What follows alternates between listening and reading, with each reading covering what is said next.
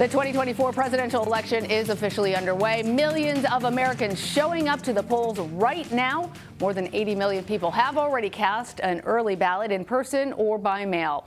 And in the tiny town of Dixville Notch, New Hampshire, that's the first to open the polls. They did so on Election Day. At midnight, 6 registered voters cast their ballots. And guess at the results? A 3-3 tie between Vice President Kamala Harris and former President Donald Trump.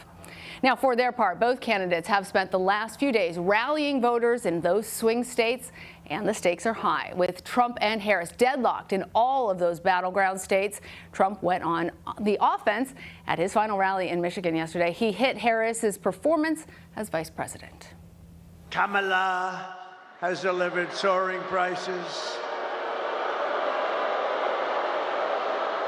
and true economic anguish at home, war and chaos abroad, and a nation-destroying invasion on our southern border. We're not going to take that. We're going to end that, immediately. Meanwhile, VP Harris took a moment to speak directly to voters about what she plans to deliver as a new generation of leadership. We are ready for a president who knows that the true measure of a leader is not based on who you beat down, but based on who you lift up.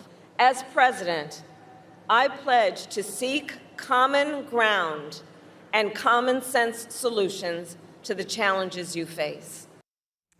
Now, I want to show you this live pictures as Election Day voters in Alexandria, Virginia, show up to the polls casting their ballots. We have CBS News team coverage. Campaign reporter Olivia Rinaldi is following the Trump campaign, and Chief White House correspondent Nancy Cordes is with the Harris campaign.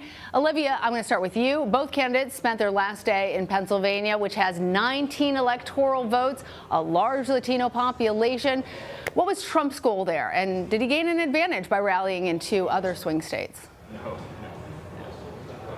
Well, good to be with you, Lana. As you mentioned, Pennsylvania is one of the most crucial battleground states of this entire election. It has the most electoral votes up for grabs. So Trump spent some time there yesterday. We started in Reading, Pennsylvania. Now that is near Philadelphia, somewhat of a suburb near there. And it's actually one of the few places where Trump actually improved his standing from 2016 to 2020, earning more of the voter share in that part of the state. So Trump there rallying supporters in a midday rally, and then heading to Allegheny County, Pennsylvania, where he held a rally in Pittsburgh, downtown Pittsburgh, in the Penguins Arena. And there it was, pretty lively inside. He called it a closing to voters in that crucial battleground state. And there he talked about the economy, immigration, things that he believes he has an edge against Vice President Kamala Harris on. So we heard him there trying to really assure voters and trying to make sure that in the Keystone State his message is being heard, and that he's trying to rally his base and get out those voters, but also speaking to independent voters, issues on the economy, things like talking about his no tax on tips policy, no tax on overtime policy, mentioning those things last night to try to get some of those independent voters, suburban voters, over to his side, saying that he would provide some economic relief to them. So that's kind of the messaging we heard there yesterday from the former president. And Olivia, you're right there where the former president is expected to cast his ballot. A little bit of difficulty, though, getting that signal out of there. Nancy, let's talk about Harris, because she seemed to refocus her message yesterday to highlight what she plans to deliver. Tell us about her message. Right. She is really looking forward, a very future-focused pair of speeches at major rallies in Pittsburgh and Philadelphia last night. Didn't mention Trump once by name. The campaign really trying to signal in these closing days, Lana, that they have the momentum. And part of sending that signal is, focusing less on your rival and focusing more on what you want to do when you win, and the fact that you are a candidate of generational change. And so that's what she really emphasized. She talked a lot about unity, basically trying to rise above some of the pettiness that we've seen on the trail in recent days. Lots of name calling from Donald Trump. She's stupid. She's low IQ. J.D. Vance yesterday saying that it's time to take out the trash, and that the trash is named Kamala Harris.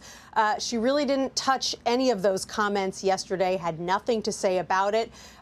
This campaign trying to send a signal to their supporters that this race is winnable if they just get out and vote. Well, let's talk about some endorsements. Olivia, Trump got a round of last-minute endorsements. Who's backing him? Does the campaign think that this will help propel more voters to the polls? Yeah, the campaign touting two big endorsements yesterday. One from Megyn Kelly, the former Fox News and NBC News anchor, who came out yesterday and endorsed the former president and actually spoke to the issue of suburban women voters, saying that Trump will actually be a protector of women. That's something we've heard him talk about on the campaign trail in recent days, and his last-minute appeal really to the suburban women, that this argument that he would be a threat to their abortion rights, to women's health issues, that he's actually a protector of them. So that's the goal in that endorsement. But then we also heard about Joe Rogan, the podcaster who Trump sat down with just last week for that very long 3-hour podcast that I had to listen to, actually coming out and endorsing the former president, talking about issues on immigration, economy, and the border.